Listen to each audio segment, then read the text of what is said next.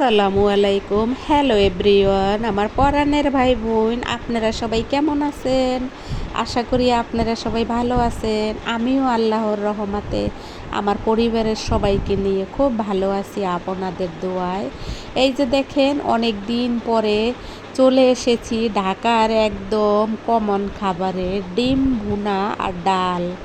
যদিও এই দুইটা খাবার আমার খুব অপছন্দ, আমার অনেক খাবার খুব অপছন্দ, কিন্তু আমি বেঁচে থাকার জন্য খাই।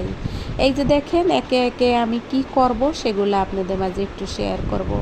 আজকের ভিডিওতে কিন্তু আমি ময়লা দেখাবো।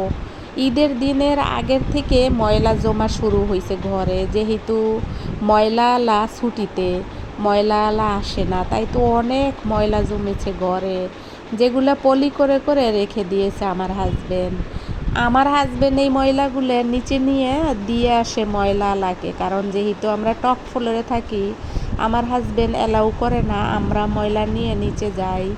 আমার মেয়েও না, আমিও না, আমার হাজবেন্ডেই অনেকগুলো গুরুত্বপূর্ণ কাজ সারে, যেগুলো আমি অফ ক্যামেরায় রাখি, যেগুলো আমি আপনাদেরকে বলি না, তবে আজকে একটু বললাম।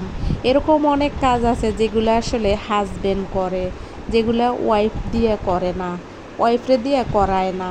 এই যে দেখেন, ডিম বোনাটা খুব সুন্দর হয়েছিল, খেতে খুব স্বাদ হয়েছিল, খাইতেও ভাল লাগতেছিল, ভিডিওটাও ভালো হয়েছিল।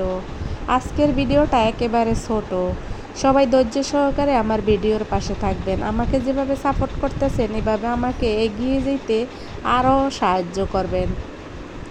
আশা করি আমার কথাগুলো আপনাদের একটু হইলেও ভালো লাগবে, আর ভালো লাগলে অবশ্যই সাবস্ক্রাইব করে দেবেন, আমার পাশে থাকবেন, আমার ভিডিওতে সুন্দর সুন্দর কমেন্ট করে যাবেন, যা দেখে আমার খারাপ মনটা ভালো হয়ে যায়। এই যে দেখেন, এগুলো কিন্তু বাসি খাবার, আর এগুলো ছিল ময়লা, রাতে ডিনারের পরে ময়লাগুলো জমানো ছিল।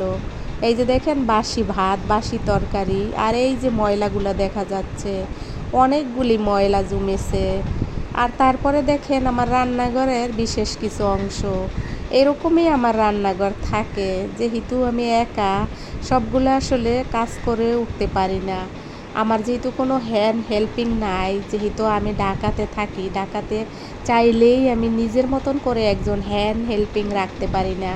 আমার কিছু হ্যান্ড হেল্পিং ছিল আগে, কিন্তু তারা পর্যায়ক্রমে অনেকটাই খারাপ হয়ে গেছে, মানে তারা অন্যরকম মন মানসিকতা হয়ে গেছে তাদের। যাই হোক, আজকের ভিডিওতে আমি আর কোনো কথা বাড়াবো না।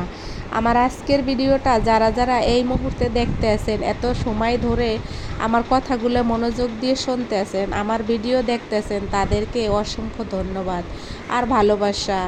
আগামী দিনগুলো যেন আপনাদের ভালো কাটে, আপনাদের ভিডিও যেন খুব ভালো ভালো ভাইরাল হয়, এ দোয়া সব সময় করি। এই যে দেখেন, এখানে ছিল কিছু মিষ্টি আলু, যাতে গাছ জ্বালাই গেছে, এখন আমি এগুলো লাগাবো। আগেও একটা ভিডিওতে বলেছি, দেখো এখন কিন্তু বেশ বড় হয়ে গেছে।